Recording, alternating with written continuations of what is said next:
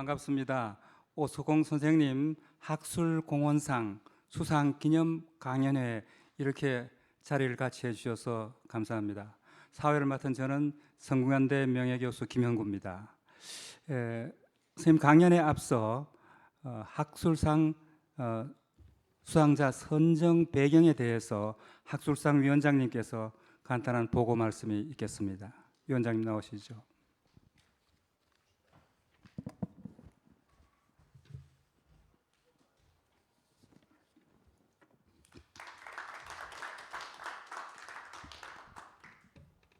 예, 방금 사회자로부터 소개받은 한국행정학회 학술상 위원장을 맡고 있는 박강국 교수입니다. 우리 오스콘 교수님은 뭐 너무나 유명하신 분이기 때문에 굳이 제가 선정 배경을 설명하지 않아도 다 아시겠습니다만은 제가 선정 배경을 간단하게 설명하면서 선생님의 업적을 한 번 더 되새겨 보는 것도 의미가 있다고 생각합니다. 오스콘 교수님은 우리 모두가 아다시피 국내 행정학의 선구적인 학자로서 우리 국내의 행정학이 튼실하게 뿌리는데 선도적 역할을 수행하셨습니다. 선생님은 1959년 서울대학교 법과대학을 졸업하고 61년 서울대학교 행정대학원에서 1회 졸업생으로 행정학사 학위를 취득하셨고 69년에 미국 피츠버그 대학교에서 행정학 박사학위를 취득하신 이후로 서울대학교의 행정대학원에 부임하셔가지고 32년 동안 오직 학문의 길만 천착하신 것으로 정평이 나 계신 분입니다. 선생님은 많은 연구 논문을 쓰셨지만은 또 행정학 관련된 다양한 주제들을 다룬 수많은 교과서를 저술을 하셨습니다. 특히 인사행정론, 또 행정개혁론 분야에서는 타의 추종을 불허하는 큰 업적을 남겼습니다. 주요 저서를 보면은 2019년에 최근에 통치하기 어려운 나라, 1998년에 행정학, 1998년에 전환시대의 한국 행정, 1996년에 한국의 행정, 1995년에 행정개혁론, 1980년에 조직이론, 1970년에 인사행정 또 수많은 교과서를 저술하셨습니다. 오스콘 교수님은 집필한 교과서를 지금까지도 끊임없이 채권화하는 등 학자의 본분에 대한 모범을 보이는 것으로 유명합니다. 학자라는 직업은 혜택받은 직업이라는 점, 유능해야 도덕성이 꼽힐 수 있다는 점을 항상 강조하시며 학자 앞에 널린 지뢰밭을 경고하시곤 하셨습니다. 지식을 창출하고 전달하는 임무의 기본에 충실히 하며 설익은 지식 행상으로 국가 시책의 실패를 초래하는 것을 일평생 경계해온 것으로는 귀감이 되고 있습니다. 학자의 권위는 개인에게서 나오며 학자의 길은 자기 실천의 장애하고 다른 학자의 이론을 경청하고 이를 발전시켜야 한다는 선소리를 후학들에게 끊임없이 한 것으로도 유명하신 분입니다. 특히 선생님은 1988년도에 한국행정학회 22대 회장을 역임하면서 본학회의 발전에도 지대한 공헌을 하셨습니다. 이러한 모든 점을 고려할 때 선생님께 학술공헌상을 수상해 드리는 것은 우리 후학들의 당연한 도리라고 생각합니다. 이상으로 간단한 선정 배경을 말씀드렸습니다. 고맙습니다.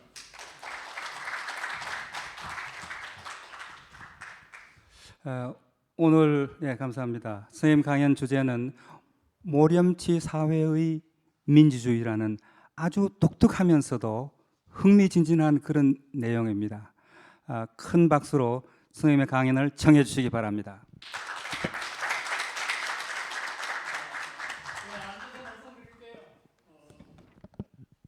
회원 여러분 정말 고맙습니다. 이렇게 뜻밖의 상을 받게 돼서 제 자신도 상당히 흥분했고요. 그래서 학회에서 시키는 절차에 따라서 그대로 밟아가도록 그렇게 하겠습니다. 그리고 오늘 강연 제목에 모렴치 사회의 민주주의 이렇게 제목을 달아서 학술 강연 같은 제목이 붙어 있습니다만은 오늘 취지는 어떤 사람이 상을 받나 그래서 나와서 인사드리고 고맙다는 인사말 하는 거, 그게 중심이라고 생각합니다. 그래서 조금 그 강연 주제는 조금 뒤로 미루고 어떤 사람인가에 대해서 자기소개를 좀 하겠습니다. 아까도 저기 휴게실에서 모두 얘기들 했는데 내가 젊은 사람들을 그렇게 얘기하는 지시 대상은 대개 6, 70대다 이거죠. 그래서 그보다 좀 더 젊은 분들은 내가 잘 모릅니다. 그러니까 오늘 한 노인의 자기소개를 잠깐 하려고 그럽니다. 그러니까 내가 생각하는 나의 삶, 내 삶을 나는 스스로 어떻게 생각하고 있나, 그런 얘기입니다. 그러니까 다른 사람들이 바라볼 때는 또 다르겠죠. 근데 나는 내가 이렇다고 생각한다. 그 안에는 이렇게 됐으면 좋겠다 하는 희망이 포함되어 있는 얘기지요. 그래서 그런 내가 생각하는 내 삶, 돌이켜보니 이렇다. 근데 우선 첫째로 얘기할 거는 일생 한우물을 파는 그런 세상을 살았습니다. 지독하게 한우물에 매달렸었죠. 그래서 이게 안정적인 커리어, 동시에 선형적인, 그러니까 한 분야의 한 직업을 20대부터 늙어 죽을 때까지 종신토록 하는 그런 삶을 살았다 이거죠. 그러니까 1955년에 대학에 입학을, 대학생이 된 이후에 그 대학에서 평생을 살았습니다. 바로 2, 3년 전 팬데믹이 있기 전까지는 명예교수동에 연구실을 좀 얻어가지고 거기 계속 나갔거든요. 그렇다면 뭐 평생, 그리고 명예교수라는 게 뭐 별거 아니다. 그거는 뭐 전직 교수들을 다 명예교수라 이래 부른다. 그렇게 말을 하지만 그렇게 뭐 알고 있어 왔는데 대단한 거더라고요. 요즘 생각해 보니까 월급 받지 않고 강의만 안 할 뿐이지 현직 교수하고 특혜가 똑같더라고요. 그렇다면 이 직함을 가지고 나는 죽을 거다.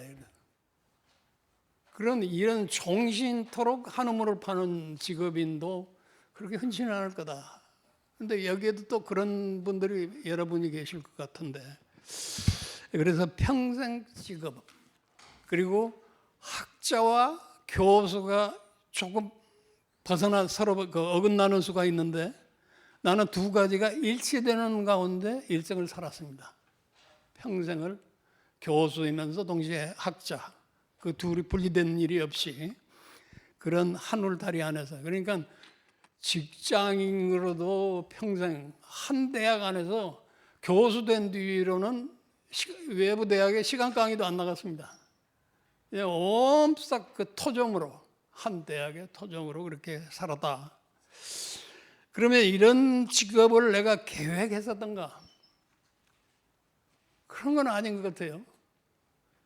열심히 주어진 일을 그때그때 열심히 하고 더 많이 공부하고 더 많은 자격을 얻고 보자 했던 것 같아요. 지금 그렇게 보면 젊어서 닥치는 대로 하여튼 지나가고 또 지나가고, 그러고 해서 충분히 더 많이 공부를 하고 충분히 자격을 쌓으면 어딘가 유용하게 쓰일 거다.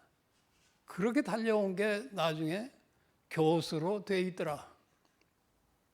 교수가 운명처럼 나를 찾아왔다. 그렇게 생각을 합니다. 모든 게 운명이구나. 뭐 고등학교 때부터 나는 뭐 교수가 되려니 무슨 뭐 판사가 되려니 뭐 이런 생각이 없이 내가 왜 법과대학을 갔을까? 뭐 주변에서 다 괜찮은 학교라고 그러냐, 그러니까 가니까 나도 따라간 거 아닌가. 그 다음에 몇 번 고비가 있어요. 나를 교수로 이끌어온 내 운명의 고비가 몇 가지가 있습니다. 법학과 때는 법조계를 생각했었겠죠. 은연중에. 그러다가 내 4학년 때 행정대학원이 생겼어요. 거기에 지나가면서 법조와는 멀어졌고, 그 다음에 법조처에 있다가 조교하라고 그러니까 미련 없이 버리고 조교로 갈 때 이미 행정부도 멀어졌고, 그래서 조교가 되면서부터 교수 길에 들어섰는데 나만 모르고 있었지 않느냐. 미국 유학 가면서까지도 몰랐습니다. 열심히 공부를 하자. 누구나 가서 미국 갔다 오면 의시되고 그러니까 모두 미국 박사라고 하면 대단하대. 그래서 나도 가서 안 할 수가 없어. 당초에 유학 갈 생각이 없었는데 그냥 밀려서 간 거지. 가면서도 갔다 와서 군밤 장사나 하지 뭐. 갔다 와서 군밤 장사라. 왜 내가 군밤 장사라고 했는지, 왜 그 많은 업종 가운데 그 말을 했는지 나 지금도 신기해요. 그리고 근데 그때 이미 나는 교육 공무원으로서, 별정직 교육 공무원으로서 파견 나가는 형식의 거거든요. 그래요. 귀국 후 5년 이상 근무를 한다 하는 각서를 쓰고 나간 처지니까 박사하고 돌아왔는데 5년 토록 조교로 묶어놓았겠어요? 그런데 나는 그냥 그게 그때까지도 확신이 없었다. 그러다가 해놓고 보니 운명처럼 다가왔다는데 제가 그런 얘기를 했죠. 내 천상에 맞는 직업이다. 이건 천직이로구나. 축복받은 직업이로구나. 내가 교수를 안 했더라면 어떻게 살 뻔했나. 큰일 날 뻔했어요. 법조계 나갔더라면 내가 버텨낼 수 있었을까. 공무원의 그 단계 승진 과정을 내가 겪을 수 있었을까. 그런 생각을 보면 아차, 아슬아슬합니다. 근데 그 교수가 제일이에요. 그래도 이따가 축복받은 교수 뭐 그런 얘기를 좀 해보죠. 그리고 그러니까 연구 교수에 잘했던 못했던 그게 빠져서 산 일생을 항상 내 코가 석자고 내 앞가림 하는데 급급하고 뭐가 그렇게 경황 없었던지 그렇게 살았어요. 그래서 연구 활동의 흔적이라고 하는 건 되게 저술로 남고,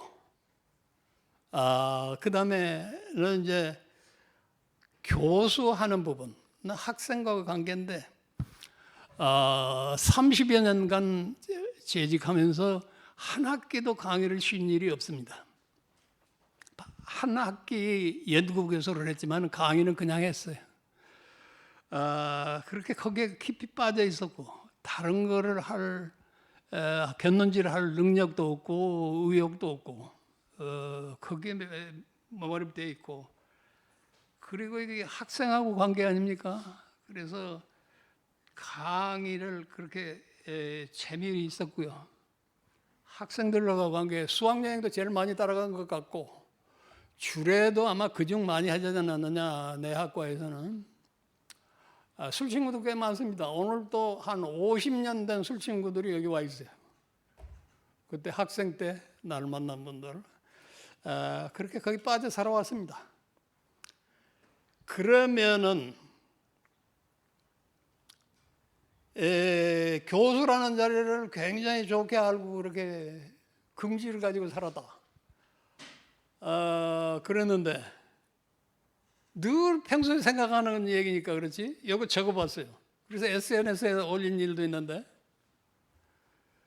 뭘 연구를 해서 뭐 굉장히 논문서도 쓴 게 아니라 그 자리에서 즉석에서 쓴 게 얼마나 교수가 좋은 직업이냐 하는 게 13가지가 되는데,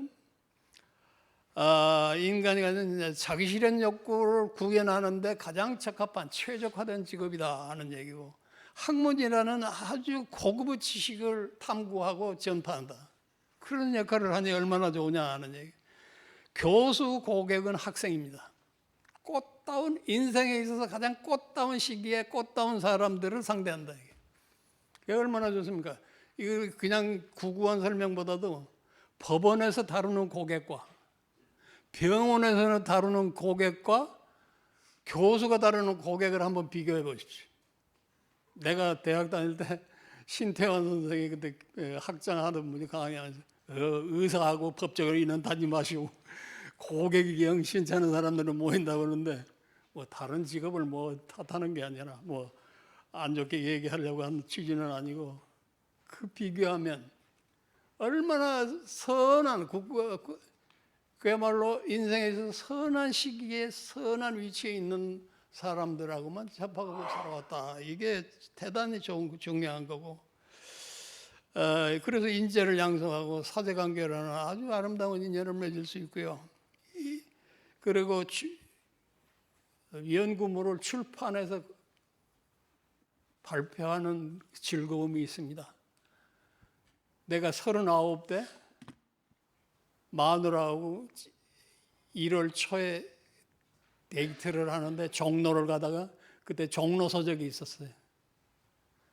서점에 들어보니까 내 생애 첫 책이 딱 책꽂이에 꽂혔더라고요.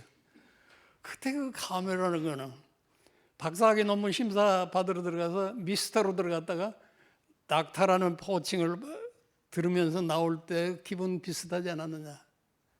이 즐거움이라는 거는 굉장한 겁니다, 사실 우리가. 그리고 우리 출판물에 대해서 독자가 확보되어 있어요. 항상 있습니다, 독자는. 강제로 동원하는 독자가 언제든지 있고 강제로 동원하는 청중이 언제나 있어요. 내 말을 들어줄 청중이 언제나 있는 직업이라는 게 이게 굉장한 거예요. 교수들 정신건강에 강의 힘들다고 그러지만 누가 이 세상에 자기 말을 그렇게 장시간 들어줍니까? 내 말을 안 들어줄 수 없는 그런 청중이 항상 따라다니는 직업을 나는 했다. 그래서 굉장한 그런 좋은 문제고 자유의 영역이 굉장히 넓습니다. 지 멋대로 하는 게 교수예요. 상관도 없고 부하도 없어. 승진하느라고 누구한테 무슨 뭐 고개 숙이고 무슨 비루한 웃음하고 할 일이 없어요, 전혀. 그야말로 멋대로인 자유인으로서 일생을 살 수 있다. 그런 것이 있고 세파로부터 오염되지 않을 수 있고 풍진 세상의 일에 좀 alooф하게 나는 그런 거 안 해. 해도 생계에 지장이 없습니다. 교수는 아주 초연한 척 할 수 있는 직업이다. 어디가 또 그런 직업이 있겠습니까? 전문성을 중시하니까 이걸 중시하니까 개인의 생존 능력이 높습니다. 길에 아무나 붙들고 가서 교수할 수는 없는 거 아니에요? 나 아니면 못한다 하는 직업이다. 그런 것이 있다는 거. 그래서 학자에게는 정년도 없고, 그리고 그 무슨 정책을 채택하고 집행하는 일까지는 안 해요. 그러니까 교수는 대안을 제시하지만 시행까지는 안 하는. 그러니까 언제나 비판자의 입장에 설 수 있어요. 너 책임져라, 뭐 물러나라 그런 말 안 들어요. 그거 좋지 않습니까? 그리고 사회적으로 신망이 높다. 그래서 제법 대접을 받는 직업이다. 이게 아직까지는. 우리 선배들은 더 굉장한 대접을 받았었습니다.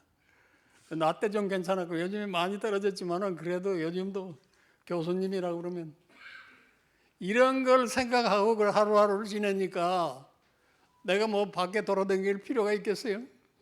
혼자 그저 좋은 거지. 그래서 이런 생각을 하면서 내가 일생을 살아왔는데, 그래서 그러면은 이럴 수 있기를 바랬다. 나는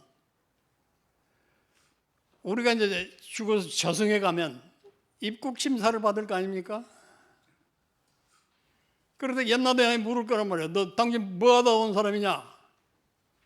그럴 때 어물어물하면 보류될 거 아니에요? 그럴 때 떳떳하게 저 학자였습니다. 뭐 그 퀄리티에 어쨌든 간에 그런 대답을 할 수 있게 살자. 그럴 수 있지 않을까 하는 생각을 합니다. 너 학자지? 학자였습니다. 딱 입국 심사할 때. 그러면 입국 심사가 끝난 다음에는 어디다가 사할대를 배치할 때 등급 심사가 또 있으리라고 믿습니다. 그때 이제 내가 조금 찔리죠. 큰일 났는데 내가 정년 퇴임하면서 내 학적 성취를 59점으로 본다. 내가 스스로 자기 평정점이 100점 만점에 낙제가 60점이란다면 내가 59점은 되는 것 같이 평점을 했다. 정년퇴직 인사말에서 그랬는데 그 한 점을 보태고 내가 저승을 가야겠던데 지난 20여 년간 59점에 그대로 놔두고 있습니다. 그래서 이거를 1점으로 올려야 되는데 그래서 내가 그래서 저승에 가기 전에는 그냥 내가 선심을 써서 1점을 보태는 걸로 하자. 그렇게 마음을 먹고 지내고 있습니다. 그런데 생각해 보면 그 아등바등 이게 지금 1점 때문에 내가 참 긴장 속에서 합니다. 그래서 노인에게는 이런 숙제가 있어요. 그런데 노인에게 주어진 시간은 많지 않아. 그 시간은 빨리 지나가. 그래서 사람들은 아이 그만 버리지. 모든 걸 놓으십시오. 버리십시오. 근데 어떻게 그렇게 쉽게 버려지나? 그렇게 안 되는 것이어서 그런 지금 생활을 하고 있습니다. 지금 내가. 근데 지금 그러면은 요즘은 내 심사 학자로서 노년에 이르러서 그거는 무엇일까? 그래서 몇 년 전에 통영에 있는 이순신 공원에 가서 그 언덕에 올라서 바다를 내려다보는데 그때 이순신이라는 한 장년의 남자는 저 바다를 보면서 무슨 생각을 했을까? 자기 인생에 대해서 어떤 생각을 했을까?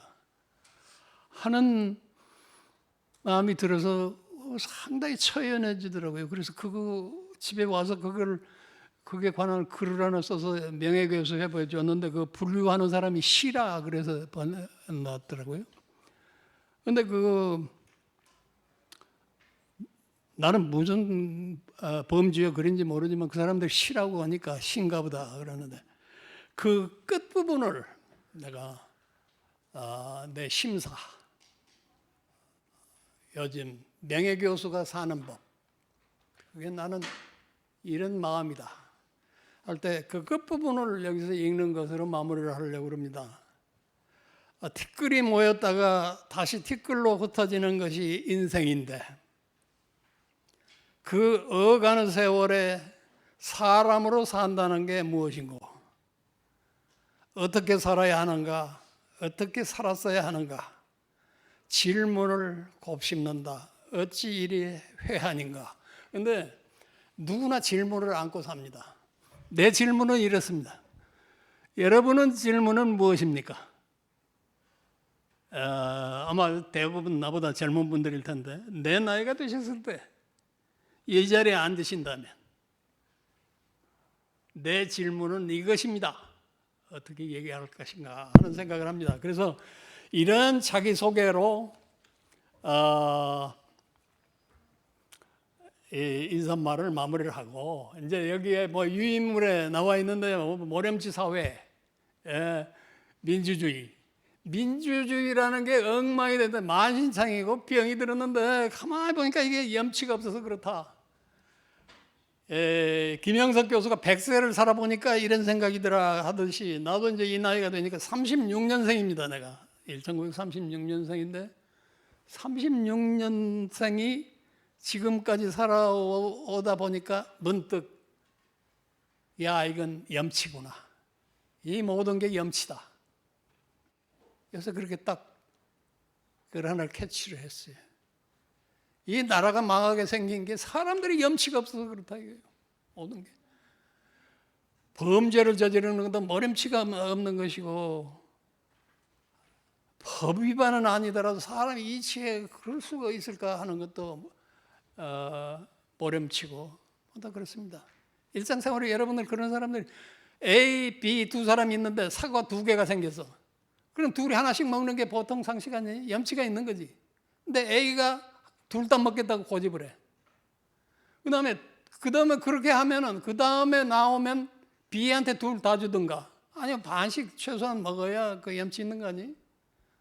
두 번째도 또 애기가 다 먹겠다고 그래.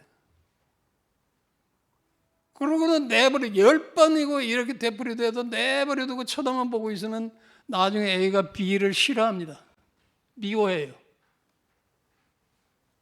애기가 비가 부러운 거예요. 그런 모렴지를 우리 주변에서 흔히 봅니다. 그래서 모든 것이 염치로구나. 그래서 염치 있는 거버넌스 모형을 우리가 하나 만들어 봅시다. 염치라는 렌즈로 거버넌스를 현상을 들여다보는 모델을 하나 만들면 어떨까요? 요즘 사람들은 마들 그러는데 나는 그냥 50년대 발음 그대로 모델 그럽니다. 모델. 염치 있는 거버넌스 모델. 모형. 그래가지고 이게 민주주의라는 거, 거버넌스라는 거, 이거를 거기에 끌어들여가지고 한번 봅시다.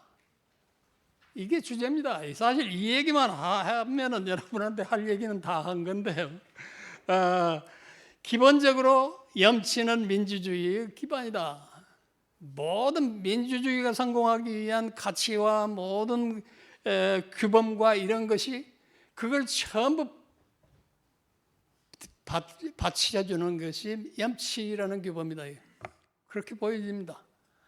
염치가 빠지면 어떤 규범과 가치와 이런 것도 다 소용없다. 그런 얘기를 했습니다. 그래서 그러면 민주주의란 뭐냐? 결국 자기 일 자기가 알아서 하자 하는 주의 아닙니까? 민주주의가. 그러면 자기 일은 자기가 알아서 자율하고 자율 규제할 수 있고, 그 다음에는 타인, 이웃의 권리를 침해하지 않고 이웃도 나와 똑같은 권리를 가진 사람이다 하는 것을 인정하고, 그 다음에 이제 세 번째는 공동체. 우리가 사는 이 공동체의 공동선, 공익을 위해서 공적 가치라고 하거든요. 그거를 스스로 합의해서 만들어내서 도출하고 거기에 기여할 수 있는 그런 게 하자. 그런 주의가 민주주의다 이렇게 생각을 합니다. 그래서 사람들이 이런 경우에는 합리성이 어느 정도 있는 그런 완전한 자유인, 스스로 규제할 수 있고 권리와 책임을 균형 지을 수 있는 그런 사람이 라야, 그런 사람을 위한 원리가 민주주의다. 이런 얘기를 했습니다. 그러면은 염치란 무엇이냐? 염치. 이게 이제 여기 젊은 분들한테 떠넘깁니다. 이제 염치의 조작적 정의. 만만치 않은 얘기죠. 염치라 하면 뭐다 해놓고 인디케이터, 서로게이터, 이벨리에이팅 크라이테리아 해서 이렇게 뭐 열거내려면은, 근데 여기저기 중구난방의 행설수설로 몇 가지를 엮어놓기는 했습니다, 내가.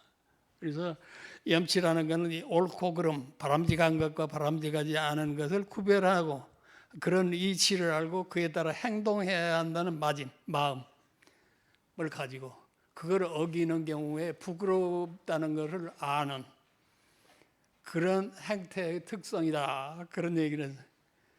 그래서 염치란 옳은 이성의 판단을 받아들이고 그에 따라야 한다는 감수성을 지닌 그런 것이다 하는 얘기를 하게 되고, 이런 거는 관계적인 개념 아니야. 다른 사람과 관계에서 문제가 되는 개념이고, 또 이거는 상당히 고급 인성에 들어간다고 봅니다. 동물에게는 과연 염치가 있을까 싶고, 동물적인 천한 레벨로 내려가면 염치를 기대할 수가 없고요. 상당히 진화된 이볼루션을 많이 거쳐서 터득한 인성이 염치 아니냐. 염치 있는 사람은 고급의 인간이에요. 염치가 없는 사람은 그 자리에서 그냥 하류층으로 떨어지는 거예요. 그래서 이게 이제 쭉 뭐 인디케이터가 될 수 있는 거를 열거를 해봤어요.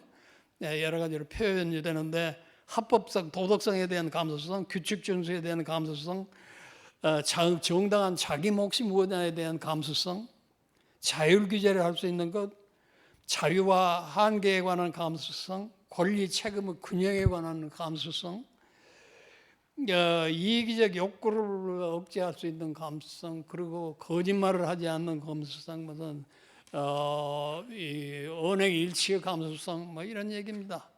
그래가지고 지금 사례를 이런 것이 결여된 염치가 빠진 거버넌스에서는 모렴치가 시작하면은 불신이 따라갑니다. 못 믿어요. 모렴치한 자들끼리 모여서 얘기를 하는데 어떻게 믿어요? 합의하고 약속한 것도 믿을 수 없어요. 그러니까 요새 막가파라는 말을 있죠. 막가파판이 벌어지는 거지. 불신이 따라오고 불신할 수밖에 없으니까 갈등이 엄청나게 폭증이 된다. 어마어마한 갈등이 투쟁, 빨간 머리띠에다 투쟁 항상 써붙이거든요. 만인이 만인에 대한 투쟁, 극악한 투쟁이네. 뭐 누구는 뭐 멋있게 지면 무슨 소용이냐, 이기고 봐야지 뭐. 이런 식입니다. 아수라장에 이게 얼마나 더 싸움판이 벌어질지 모르겠어요. 그러면 이제 규범이라는 거는 완전히 무시가 돼요. 그러면 다시 그게 모렴치할 수밖에 없다. 전부. 그래서 이제 모렴치가 한번 퍼지기 시작하면 이제 그게 팬데믹이 벌어집니다. 다른 사람이 다 모렴치한데 나만 모렴치 안 하면 손해 아니에요. 그렇습니다. 저출산하고 똑같아요.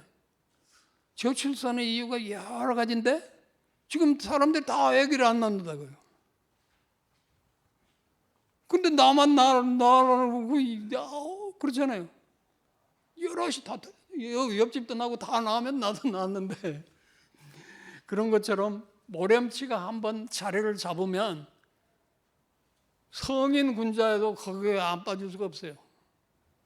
이거 큰일인데 그래서 내가 이거 구군에 달려있다 그러면 이건 어떻게 인력으로 어떻게 문화개혁이 한 방법이지만은 이거 인력으로는 어렵다. 그래서 이거를 모렴치한 사회에서는 리더십이라는 건 되게 술책에 의지합니다.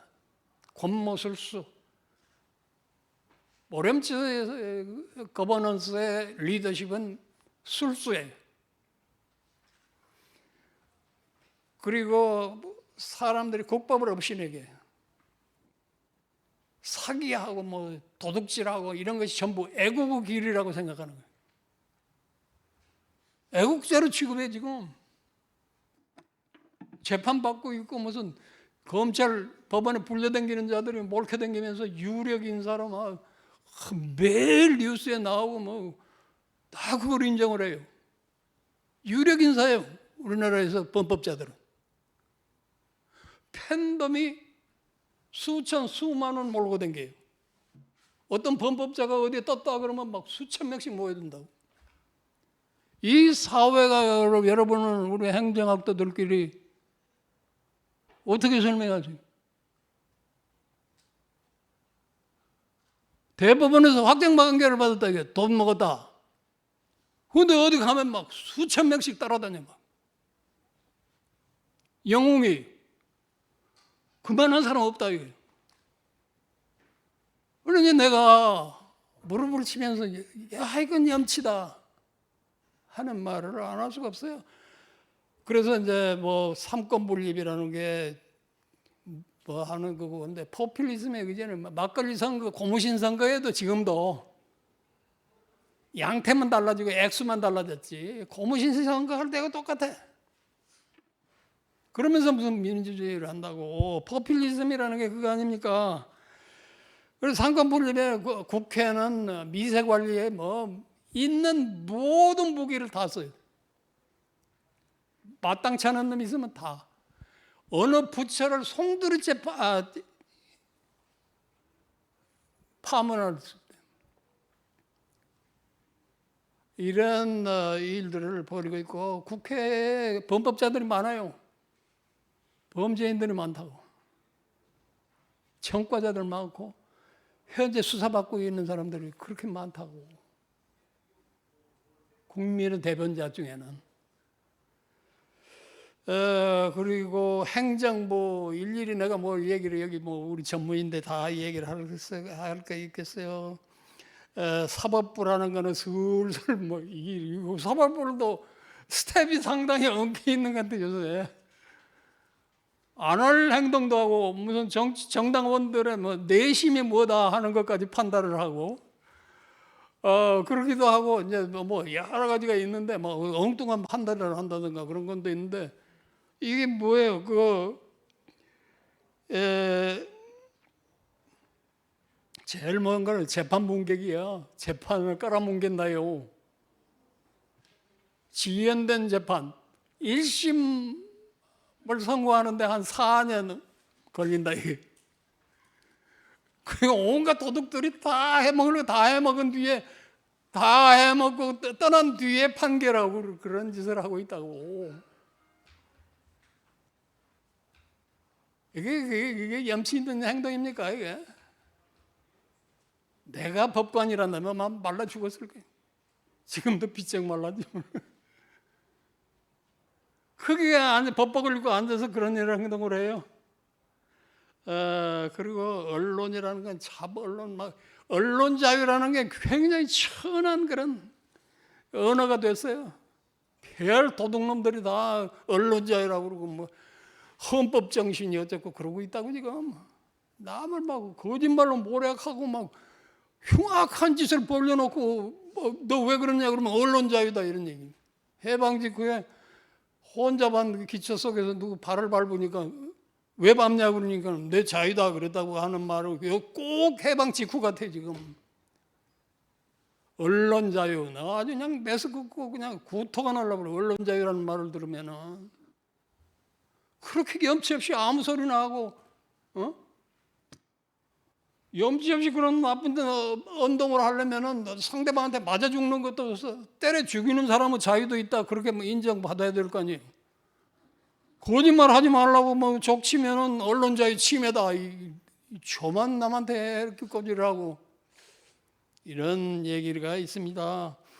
그리고 노조도 의시되고 무슨 뭐 시민단체도 많이 왜곡된 것 같고 무엇보다도 패거리를 짜면 지금 법이 없어요.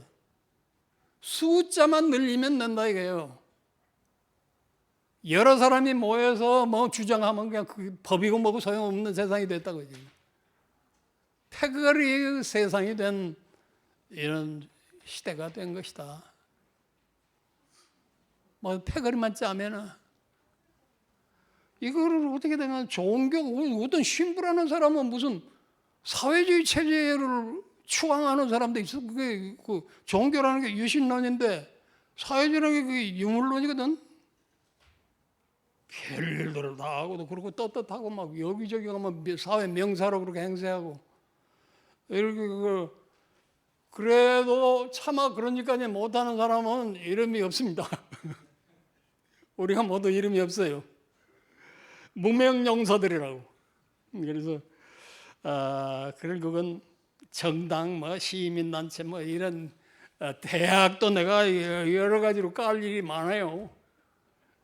정신 바짝 차려야 되는데 그만 하고 여기 우리 문화개혁을 노력을 해보지만은 구군이라 칩시다. 구군.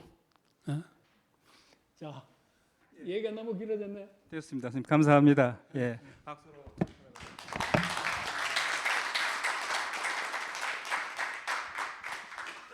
예, 선생님께서는 이 모렴치라고 하는 어떻게 보면 한국 특유의 그런 비도덕적 자아 이 개념을 가지고 우리 국정 운영 전반에 퍼져 있는 그런 민주주의 위기 문제를 아주 절묘하게 설명을 해내십니다. 뭐 시간이 없고 해서 제가 선생님께 두 가지만 좀 여쭤보겠습니다. 선생님께서는 행정학 중에서도 아주 이론성이 강한 조직론 이쪽에 역점을 두셨고 또 제자들과 같이 행정학의 주요 이론, 정책학의 주요 이론, 그리고 조직학의 주요 이론 등을 편저로 출간하시기도 했습니다. 그만큼 선생님은 이론 지향성이 강한 학문관을 갖고 계십니다. 저는 선생님의 그 강연 원고를 보고 이 강연 내용이 염치 있는 가버넌스 모형 개발이라는 처방적 연구보다는 민주주의 위기의 모렴치 이론 정립이라는 설명적 연구의 준비 작업이 되었으면 좋겠다는 이런 생각을 해봤습니다. 선생님께서 이 문제를 어떻게 생각하시는지요? 예. 그게 하여튼 아까 말씀드린 대로 공감하면서 저도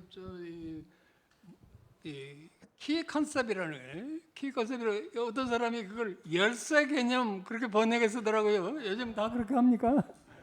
직역인데 뭐 그거 괜찮아 보여요.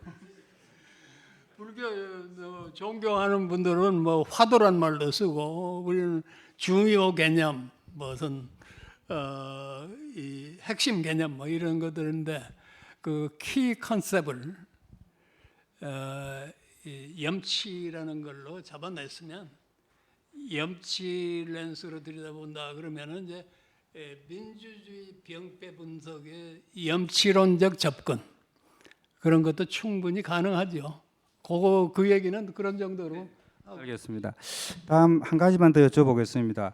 선생님께서는 우리 사회의 모렴치 행태를 조장하는 요인으로 급격한 산업화 정보화가 초래한 뜨내기 의식, 그 다음에 또 인간적 소외, 공동체 정신의 약화 이런 걸 그 이유로 들고 있습니다. 그런데 이런 현상들은 한국에만 특수한 게 한국에만 문제되는 것이 아니라 전 세계적인 현상입니다. 그런데 민주화를 이룩한 국가 중에서 한국처럼 최근에 더욱 그렇습니다만은 모렴치한 정치 행태가 기승을 부리는 나라는 없는 것 같습니다. 우리는 고유의 어떤 그런 유교 문화의 영향으로 소위 사유라고 해서 나라를 지탱하는 4가지 버팀목, 즉 예의와 아울러 염치를 강조해 왔습니다. 그런데 우리가 어떻게 이런 식으로 모렴치가 판을 치는 그런 참 모델이 되었는지 정말 알다가도 모르겠습니다. 선생님께서는 그 이유가 어디에 있다고 생각하시는지요? 그리고 또 하나 마지막으로 드리고 싶은 말씀은 선생님이 구상하고 계시는 향후 연구 과제라 그럴까요? 이런 게 어떤 게 있는지 여쭤보고 싶습니다. 근데 여기 그거 누가 이 문제는 내가 여러분 앞에서 이랬다 저랬다 하기가 거북해요. 왜냐하면 나보다 더 잘 아실 테니까. 무슨 무가치 현상이라든지 이게 급속한 변동 속에서 이게 규범화해 뭐 이런 문제에 대해서는 너무나 익숙하게들 아시는 문제니까. 여기서 나도 들리잖아요. 내가 워낙 목청이 크니까 익히 아시고 늘 평소에 늘 관심이 많으실 거예요. 어쩌다가 뭐가 잘 안 되는 이유가 뭘까? 행정의 뭐 행동규범 위반 내지는 좁히면 행정이 부패한 이유는 왜 그럴까? 할 때 거시적으로 보면 어마어마하게 넓거든요. 아까 내가 저출산 얘기도 했습니다만 저출산 원인도 거시적으로 보면요. 인력을 어쩔 수 없어요.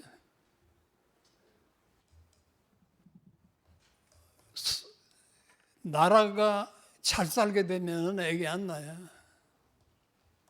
근데 그걸 어떻게 할 거예요, 나라가?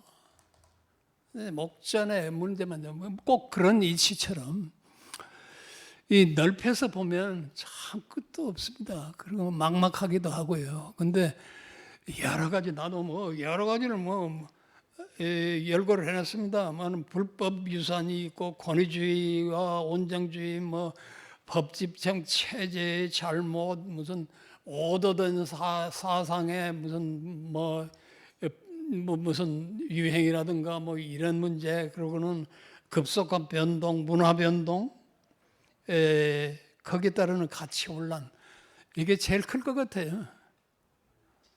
이게 구체제 문화는 거의 무너지고요. 노인들 살기 참 힘들어요. 모두 그 버르장머리 없는 일들이. 누구는 평화 사용 운동가도 있더라고요. 아버지, 어머니도 그냥 너로 부르자. 그럼 얼마나 간단하냐. 그게 아주 운동가가 있어가지고 꽤 알려진 건뭐 나만 몰랐던 것 같아.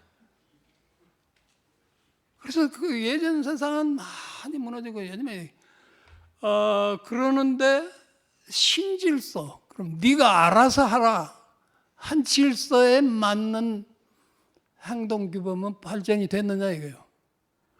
누구든지 시켰어요. 지금까지는 왕권 하에서, 외정치 하에서, 독재 권력 하에서 남이 다 해줬어요. 예전에는 결혼도 부모가 정해줬어요. 결혼도 너희들이 알아서 하라. 그러니까 온 천하의 고민이죠. 요즘 젊은 애들 너무 불쌍해. 먹고 살기도 바쁜데 온갖 천하의 뭐 걱정을 다 해야 돼. 저 남자가 나를 먹여 살릴 수 있을까? 혹시 건달 아닐까? 무슨 뭐 겉으로만 저러지만은 이 고민을 다 해야 돼. 예전에는 본일도 없이 부모가 딱 정해지면 that's simple. 그냥 몸만 가면 됐어요. 그리고 100년 해로했어요. 군말 없이. 결혼이란 맹물, 부부간의 관계는 맹물과 같다. 내 맹물 이론입니다. 주례할 때마다 그 말을. 그렇게 덤덤하게 만나서 덤덤하게 일생을 사는 사람은 다 늙어 죽고 배우자 죽었을 때 슬피 울고 다 그래.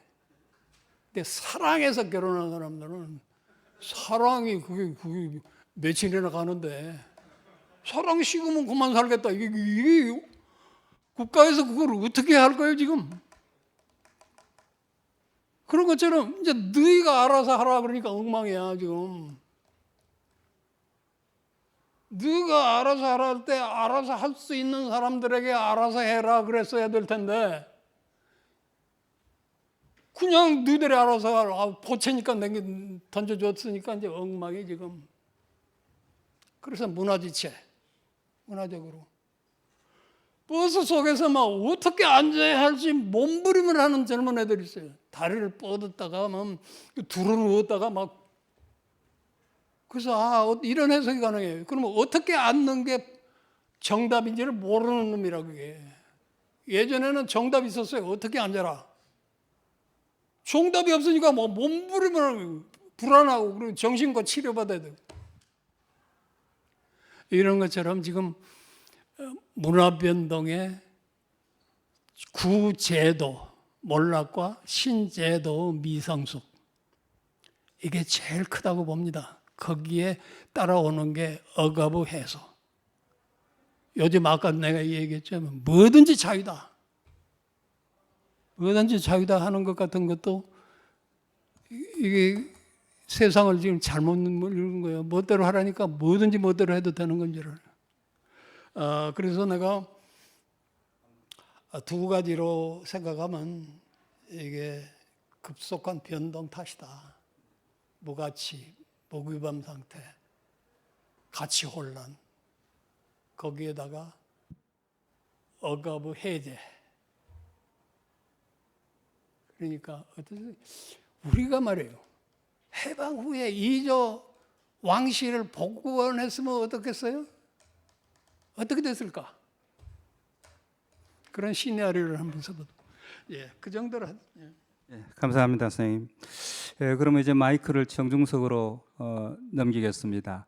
선생님 강연하신 내용뿐만 아니라 선생님의 학문 세계 또는 선생님에 대한 소회 뭐 다 좋습니다. 한 3분 이내로 간략하게 말씀해 주시면 좋겠습니다. 예.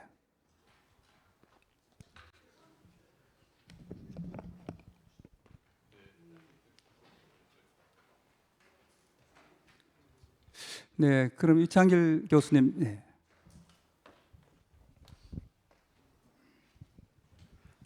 세종대 이창길입니다. 예. 오늘 그 아주 열정과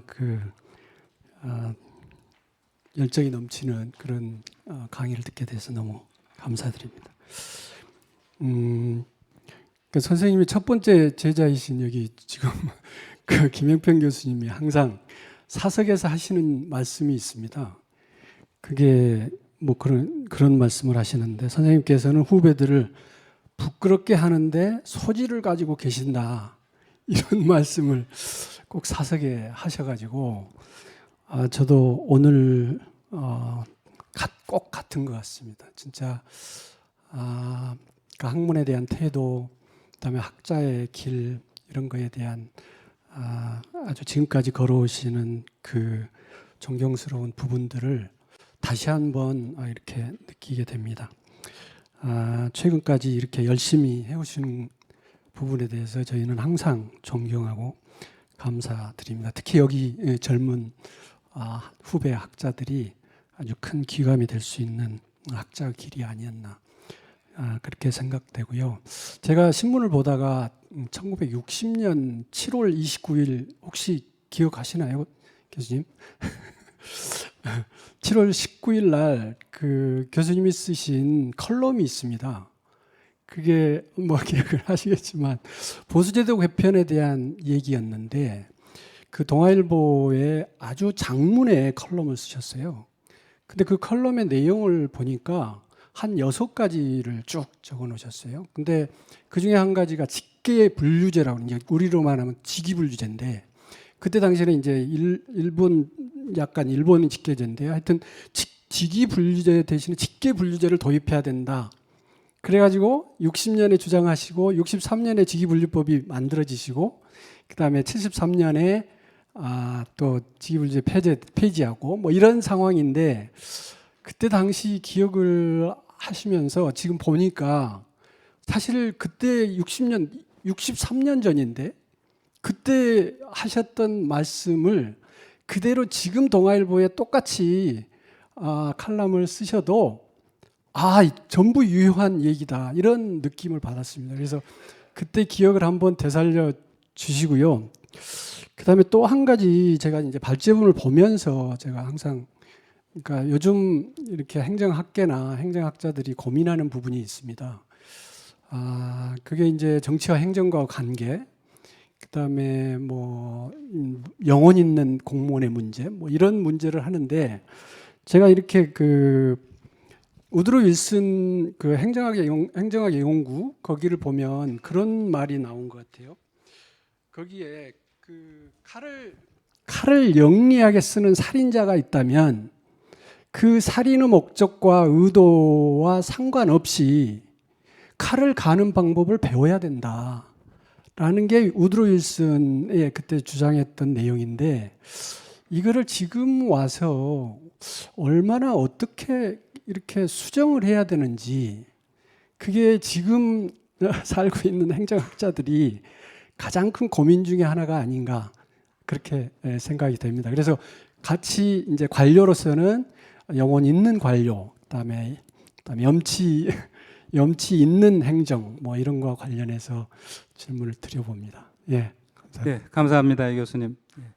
우리 선생님 수제자이신 김영평 선생님 좀 한 말씀 해주시겠습니까?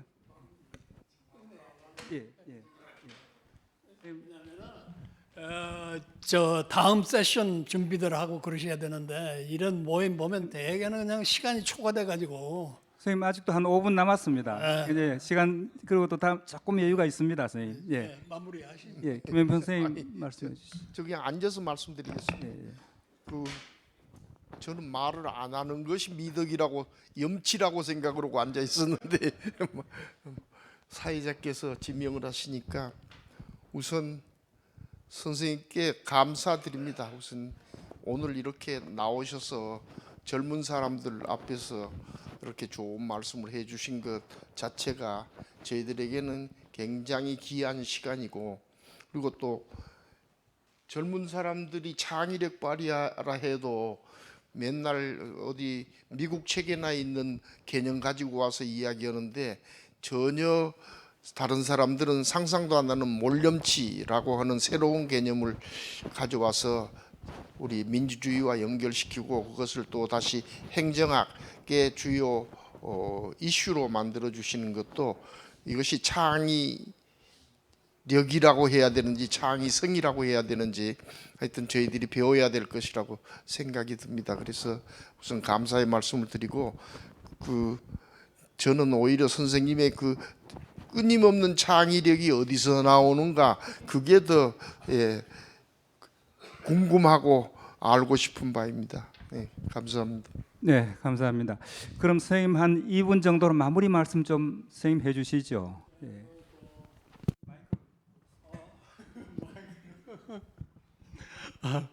감사하다는 얘기죠. 결국은 회원 여러분 일일이 검역을 하고 회장님, 심사위원장님 안 해도 전부 대단히 고맙게 생각을 합니다. 그리고 그동안에 내가 상을 받은 일이 없는 사람이거든요.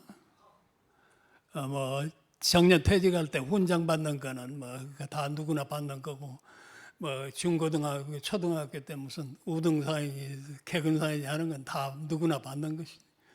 그 이외에 직업상 상을 받은 일이 없습니다. 그래서 그거에 대한 적지 않은 프라이드를 가지고 살았어요. 여기 계신 분들도 혹시 상 받은 일이 없는 분들은 그 대단히 소중한 경력입니다. 그래서 수상 경력, 난 이력서 쓸 때 그 다음에 무수상 경력 난이 있어야 돼요. 거기다 탁 체크하고 어깨를 쫙 펴고. 연중에 근데 지금 이제 무수상 경력이 없어졌습니다. 그게 좀 섭섭하기는 한데 어떻게 내가 저걸 조정을 해야 되겠어요. 다시 재적응을. 언제나 내가 가진 게 제일입니다. 저는. 그래서 상을 안 받은 사람이 제일이지. 그러다가 이제 상을 받았으면 며칠 새에 딱 자세 전환을 해야 됩니다. 이제는 수상 받은 사람이다 내가 말이야. 온 동네 어디 엘리베이터에다 써붙이든지 하여튼 상패를 거실에다 잘 모셔놓고 그러겠습니다. 식후 시간이라 여러분 재미있으시라고 즐거우시라고 한 얘기고 딱 남는 거는 정말 고맙습니다. 노인을 이렇게 불러내서 더군다나 차편까지 마련해 주시고 또 이렇게 얘기할 기회를 또 마련해 주시고 제3 감사하다는 얘기 그걸로 끝내겠습니다. 고맙습니다.